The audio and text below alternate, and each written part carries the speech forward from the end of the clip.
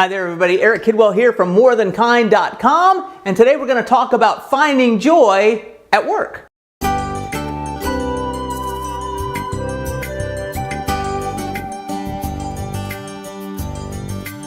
Now if you joined us here on morethankind.com a couple of days ago, my colleague and friend Darryl Ross was here in this very room talking to you about how do you find joy during the holiday season. Really good video, really good tips there. I hope you'll go back and take a look at it if you haven't seen it yet. But we wanted to balance that out with how do you find joy at work. So we put together 3 tips for you today about finding joy at work. So here they are. Number 1, flip your morning script. So 2 of our tips today are going to be about the beginning of your day and the end of your day. We're going to start with the beginning of your day. Very often we get off to a bad start. Picture your work day as you being a sprinter in a 100-meter dash, and the starting gun goes off and you get slow out of the blocks. Well, what's going to happen to your race? You're not going to run your best race. Other people are going to go past you. You're not going to do as well as you wanted to do because you didn't get off to a good start.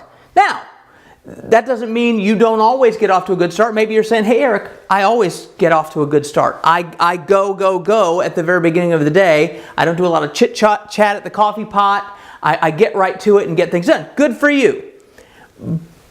Tell me if you're finding joy in that. If you are, keep it up. But if you're not finding joy in your mornings at work, just flip the script a little bit and take that productivity message and just turn it on its head. So what I'm saying is if you're super productive but not real happy at work, especially in the mornings, I want you to relax a little bit when you start out the day.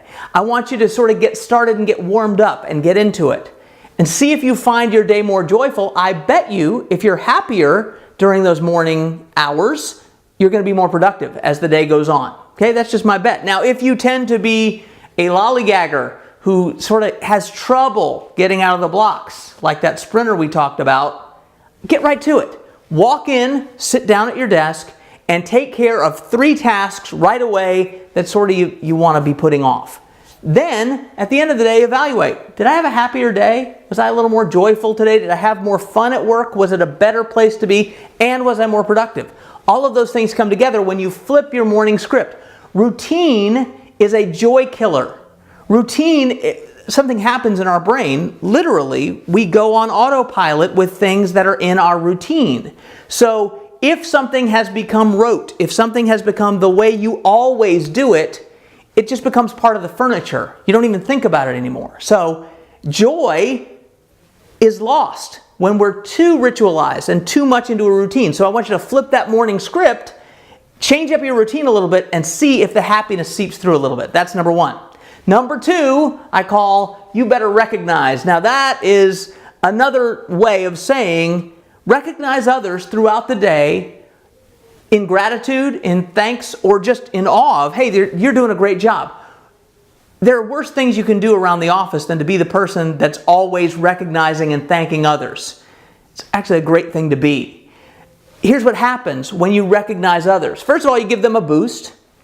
You make the environment a more joyful thing. My colleague Jim Core lives out in California, and he and I are always talking about how I'm kind of an East Coast guy, and I don't really talk about the vibe of things the way Jim does. But you know, he's a Californian. He's like, man, vibe is a thing. Well, I agree with him when it comes to joy at the workplace. If you're recognizing others, creating a positive environment throughout the day, that vibe transcends the culture of where you work, and you have some control over that. You can go out and create that joy.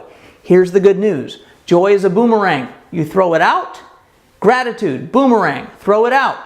It comes back to you. It makes your day more joyful. It makes you happier at work. So recognize others. Also, recognize yourself.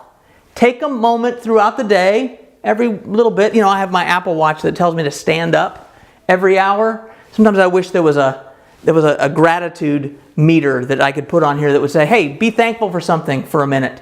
Or, hey, recognize yourself. You just did 3 hours of hard work, and take a minute, go get that cup of coffee or whatever you might have, and just take a minute to say, hey, I did a good job. Then get back to it. Recognize others, recognize yourself, but you better recognize. That's tip number 2. Tip number 3 is control your work-life balance. Now I can hear you through the screen here saying, gee, Eric, thanks. You're giving me the advice that literally everyone I've ever talked to about business talks to me about: work-life balance. It's in every job interview. It's in every article about, are people happy at work? Well, I want to talk to you about it in a slightly different way. I want to go beyond the cliche of, I'm working too hard. When we say work-life balance in business these days, what we're really saying is people are working too hard. Americans are more productive than ever. That's a fact. We are working harder and harder and harder. We're working more hours. We're working harder during those hours.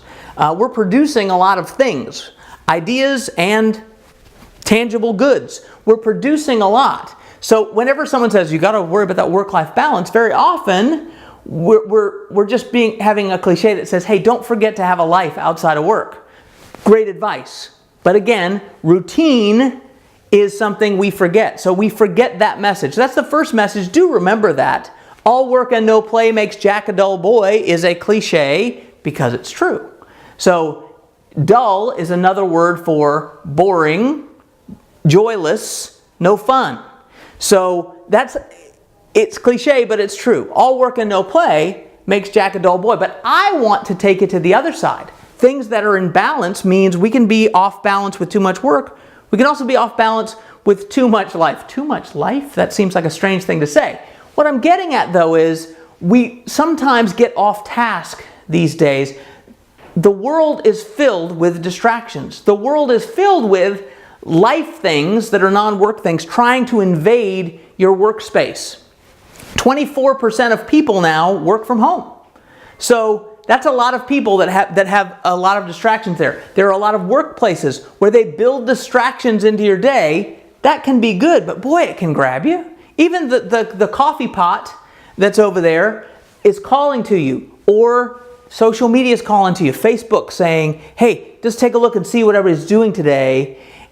That sort of thing can intrude. That can alter your work-life balance as well. Here's how you can tell if you're out of balance. Again, the cliche way, which is I don't have any life, which actually is a reality for a lot of us. I don't have a lot of life because I'm working so much. But the other way is also true. Sometimes we let life invade our work too much, and guess what happens? That boomerangs back, and that affects our life. So here's what I want you to do. We talked about flipping your morning script. I want you to judge your work-life balance at the end of the day, when people leave the office. Now, you might be one of those people that wants to be the last to leave the office. Good for you. That's fine. But whenever your workday traditionally ends, whatever that time is, I want you to take 10 seconds and think to yourself, am I really excited that the workday is over, and did I get everything done that I wanted to get done? Or am I sort of, boy, I need to stay another couple of hours because I didn't get enough done? Or I'm dreading going to this life event, whatever that is. What's your posture? What's your emotional posture toward the end of your workday? That will tell you almost everything you need to know about your work-life balance. Actually take a moment and reflect. If I was going to give you an assignment from this video, it'd be that. At the end of your workday, take a deep breath and reflect for 10 seconds, 30 seconds on how am I feeling about my work-life balance. We learn things not through discussing them, watching videos. We learn things through reflection. So the only way I can tell you whether or not your work-life balance is out of whack is if you reflect on that. So reflect on that. I'd love for you to comment below. Let me know. Are you out of balance? Are you in balance? How are things going? But take these three things, especially this holiday season, and create some joy in your life and in your workplace. So flip your morning script.